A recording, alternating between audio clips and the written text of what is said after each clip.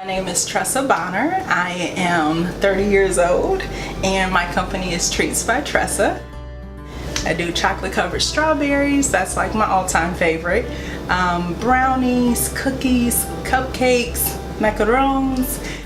I've been baking since like middle school, high school. I started off actually January of this year, of 2018, and just decided to branch out from, just making treats for my family and friends and things like that. They said, you should really start to sell this stuff. I mean, we believe in you. And so it was just like the boost that I needed in order to put it out there to the public.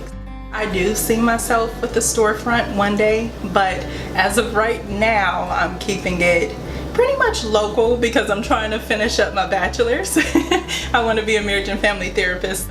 You know how you want to do so much and you have to, I guess, prioritize?